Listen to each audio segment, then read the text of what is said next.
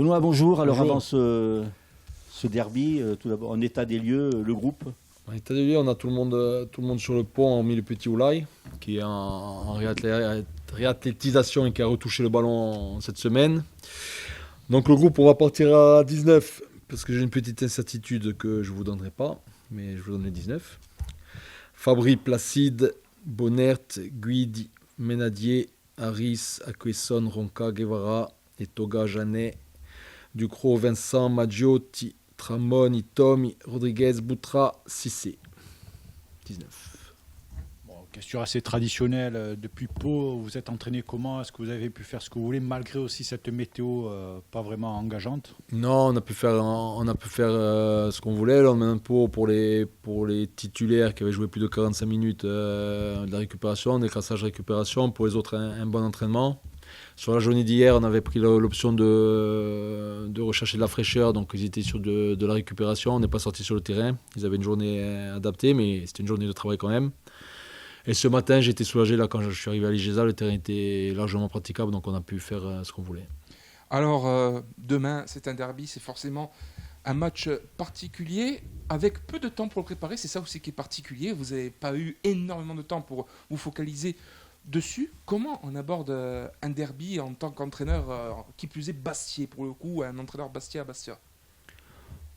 C'est le premier mois à la tête de l'équipe professionnelle. Hein. J'en ai vécu quelques-uns adjoints, j'en ai vécu quelques-uns en jeune. Après, je suis parti depuis 8 ans, donc il n'y a rien qui a changé. C'est toujours des bons matchs à jouer. Donc voilà, on a essayé de le préparer au mieux. C'est sûr que le match de Pau, il nous a embêtés. J'étais vraiment pas content qu'ils nous le remettent là, mais maintenant, il fallait faire avec. Voilà, les joueurs ont tout fait pour être dans des bonnes dispositions demain. Et puis on va faire en sorte de réaliser le match qu'il faut pour embêter cette équipe et pour remonter avec des points ici. On va parler un petit peu de votre tactique, parce que c'est forcément très intéressant. Quand vous étiez arrivé, vous aviez beaucoup parlé du 4-2-3-1.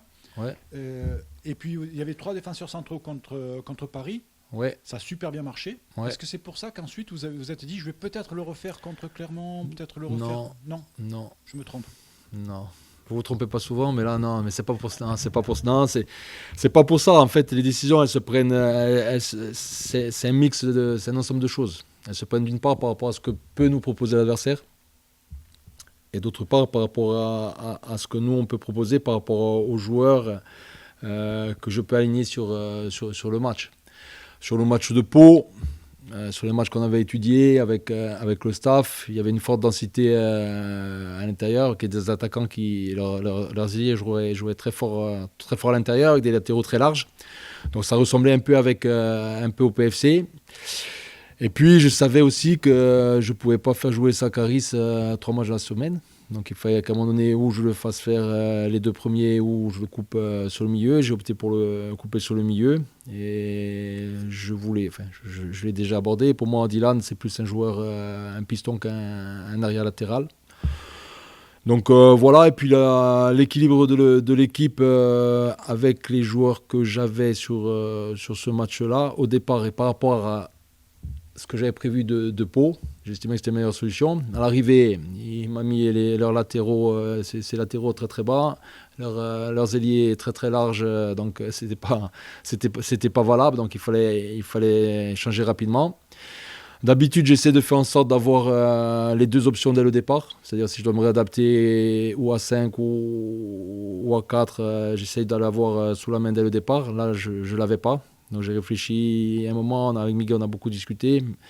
Mais de passer à 4 sur la première mi-temps, ça nous déséquilibre encore plus.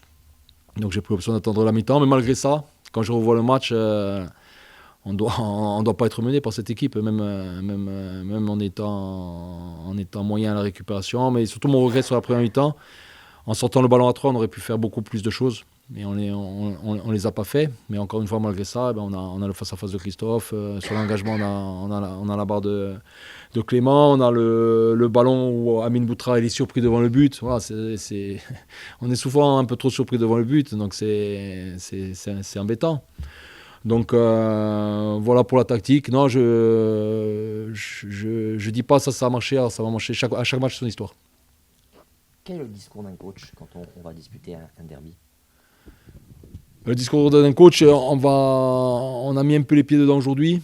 Parce que vraiment, après Pau, il fallait vraiment récupérer. Il faut relâcher aussi la pression sur les joueurs. Il faut leur donner de la fraîcheur. On a fait en sorte de leur expliquer un peu ce qu'était un derby ici. Alors, il y a des derbys ailleurs. Hein. Il y a Metz-Nancy, Strasbourg-Metz. On a envie de partout. Mais dans chaque région, chacun croit que voilà, son derby il est spécial et c'est le plus gros derby de France. Ouais, c'est un gros derby comme il y en a 15, comme il y en a 15 partout. Mais pour nous, ça représente beaucoup.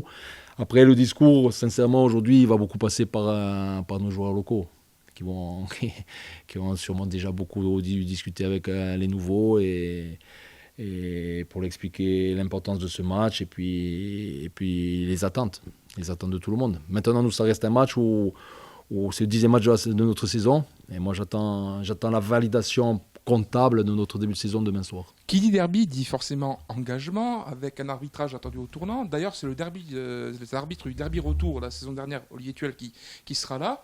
Sachant qu'en plus, il y a un contest où la CA Ajaccio a dénoncé un arbitrage en sa défaveur, est-ce qu'il y a une certaine vigilance de votre côté par rapport au dossier de l'arbitrage ?